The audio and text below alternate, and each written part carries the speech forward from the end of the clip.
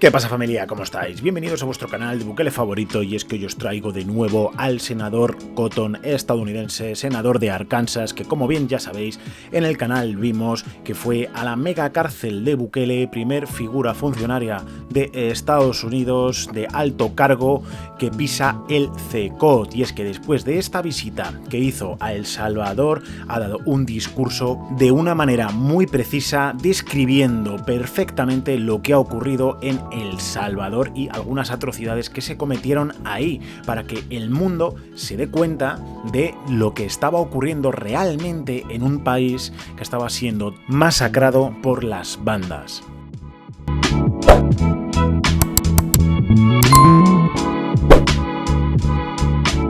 Como ya vimos en el canal, el senador Tom Cotton estuvo en el famoso canal de televisión Fox News y habló acerca de El Salvador y de la mega cárcel. Y es que ahora, en este discurso que os voy a poner a continuación, también hace una comparativa de Nayib Bukele con Joe Biden, en el que, sinceramente, se puede apreciar como Tom Cotton se pone a favor de Bukele y deja de lado a Joe Biden, criticándole muy duramente, demostrando que si por él fuera, tendría de presidente a Nayib Bukele, o al menos eso me da a entender a mí. Así que bueno, vamos a escuchar este fragmento que creo que no tiene desperdicio y se pueden sacar pues unas ideas muy claras acerca de lo que está ocurriendo en El Salvador, que por cierto mucha gente ya lo sabe, lo hemos hablado mucho en el canal. Esto es más o menos un recordatorio o otra prueba más para que se sepa la verdad de lo que ha ocurrido en El Salvador. From a trip to El Salvador, where I met President Nayib Bukele and saw firsthand the effects of his remarkable transformation of that country from the most dangerous nation in our hemisphere to one of the safest. As we drove around San Salvador, the images were commonplace yet extraordinary.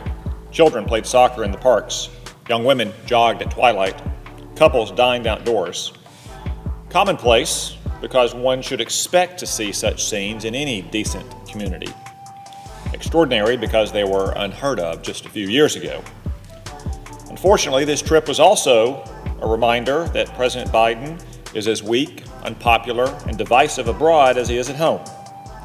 And just as he coddles criminals and cartels in our own country, he too often sympathizes with them in other nations.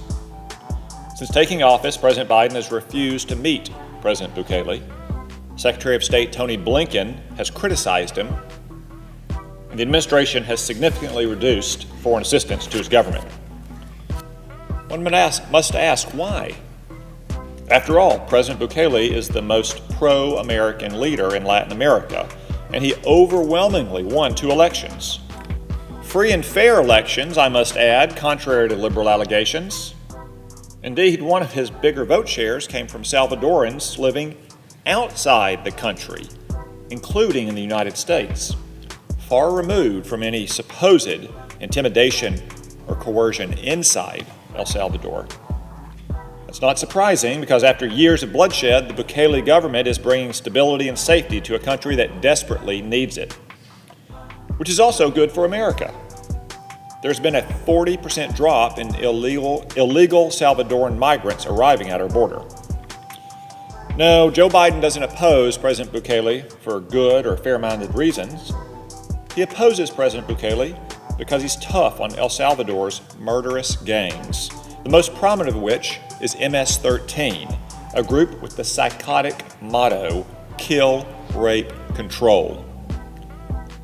Our own country has experience with this sadistic gang. In 2017, not far from here in Wheaton, Maryland, members of MS-13 beheaded a man, cut his heart out, and stabbed him over 100 times. The year before, members of the gang murdered 2 teenage girls on Long Island, New York, using baseball bats and a machete. And just last year, an illegal immigrant member of MS-13 in California was convicted of torturing and murdering a 10-year-old boy. Let me say that again. He tortured and murdered a 10-year-old boy. That's what MS-13 has done here in America, the richest and most powerful nation in the world. It has done far worse to the people of El Salvador. And MS-13 isn't alone. Factions of the infamous 18th Street Gang also terrorized the country. Before the government's crackdown, more than 100,000 gang members and associates roam the streets of a nation of fewer than 6.5 million people. For years, they waged war with each other and the government, turning neighborhoods and cities into ungovernable battlefields. They would impress preteen boys into their gangs or demand preteen girls provide sexual favors, or they would kill the whole family and still take the boy or girl.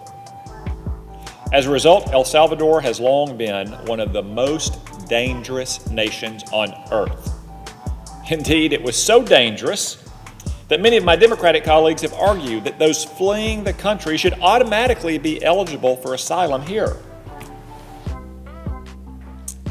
In late March 2022, 2 years ago, the nation reached its breaking point when gang members committed 87 murders in a single weekend, killing more people in 3 days than were killed in the entirety of the previous month.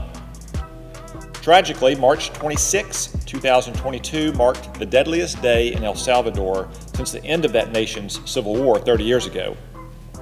Finally, people had had enough.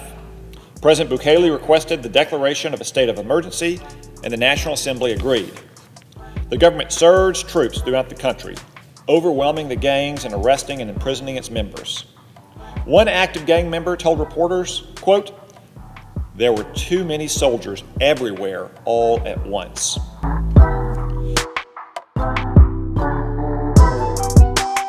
Ahí, familia, hemos escuchado este fragmento del discurso en el que se puede ver al senador Cotton hablar muy francamente de la situación que ha vivido El Salvador, además poniéndola como ejemplo de que en Estados Unidos pues también pasan ese tipo de cosas y que tienen que tomar acción.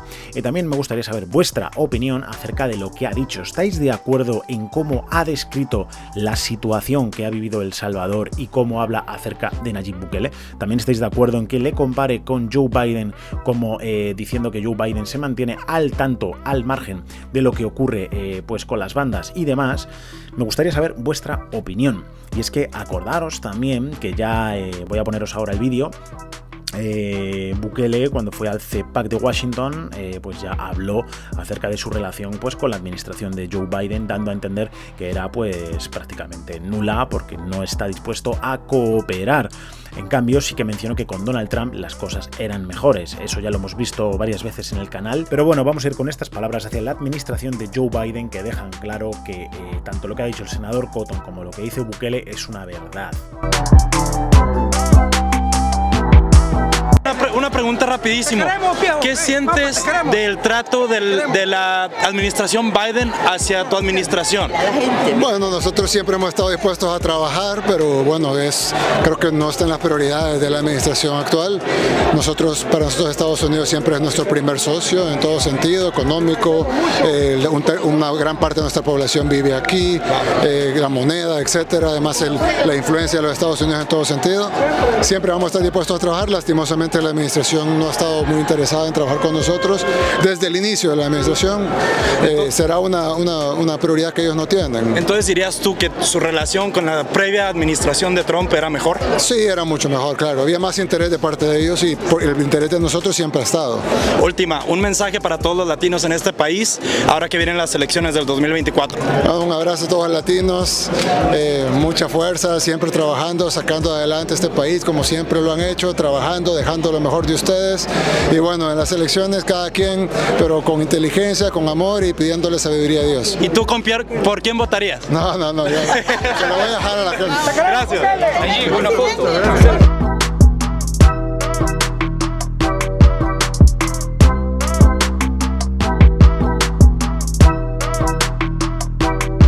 Ahí tenemos esas palabras de Nayib Bukele, que como bien sabéis, esto fue en el CEPAC, en Washington, en esa pues cumbre en la que se reunieron muchísimas figuras políticas importantes como Donald Trump, Javier Milei, etcétera, etcétera, ¿no? También un dato que ya lo he dado varias veces, y es que Nayib Bukele, según una fuente de información Forbes, triplicó en audiencia a Donald Trump, que supuestamente era el plato fuerte del evento, y también ganó casi por 10 veces, creo, si no recuerdo mal, a Javier Milei, presidente de Argentina, que también está teniendo pues muchísima repercusión en todo el mundo.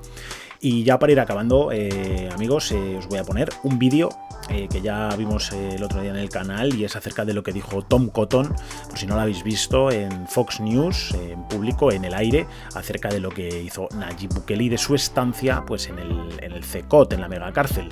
Así que con esto ya me despido, y ya sabéis, no dudéis en poner lo que penséis en los comentarios, vuestras opiniones, porque yo os leo y me gusta también saber pues lo que piensa el mundo, ¿no?, acerca de esta información que traemos al canal. Así que nada, lo dicho, un abrazo y os dejo con este vídeo. Hasta luego, familia.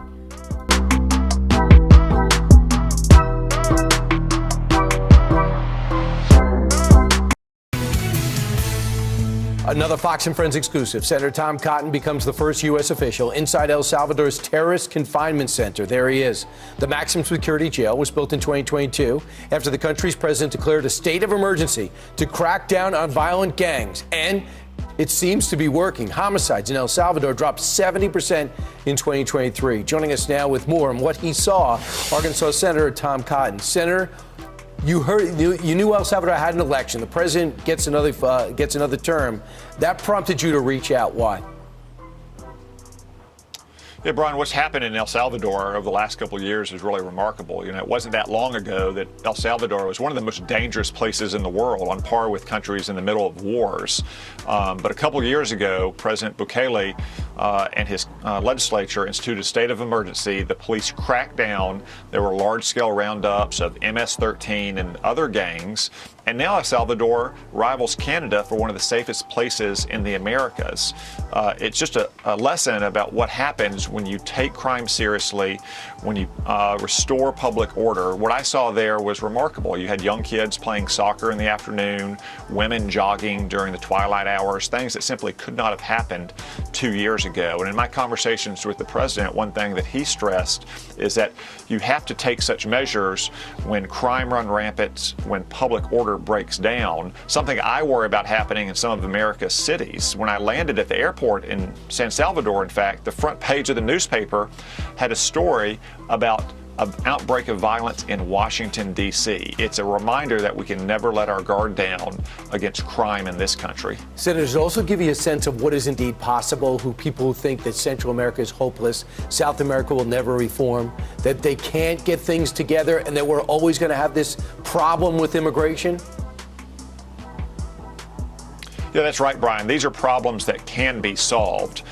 Again, just a few years ago, people couldn't go outside their homes. They had to pay extortion money. Gangs would show up for a 12-year-old boy and say, we're taking him to be one of us, or we'll kill you. They'll say, we're going to take your 12-year-old girl for prostitution, otherwise we're going to kill your whole family. Now they can live a normal life. They don't have to pay extortion. They can go out in the evening. They can lead their business. And you can have things like economic growth and education, which is what the president wants to focus on in this new term, that he just won by more than 80% as one of the most popular leaders in the country. So it goes to show that these problems can be solved, but sometimes you can also be a victim of your own success. Look where New York was before Rudy Giuliani came along with a series of great police chiefs in the 1990s, but look where it's deteriorated to since Bill de Blasio took office. You can never forget that that order is not the natural state of mankind. It has to be carefully preserved and cultivated with strong law enforcement, and in this case, strong and big prisons for ruthless gang members. I mean, they arrested tens of thousands. They did release about 7,000. Maybe they over-arrested. I've seen some of the stories, and they've let them out.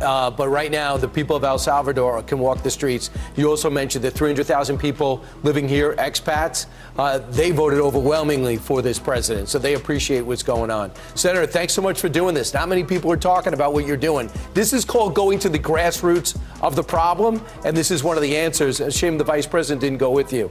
Senator Tom Cotton, thank you. Thank you, Brian.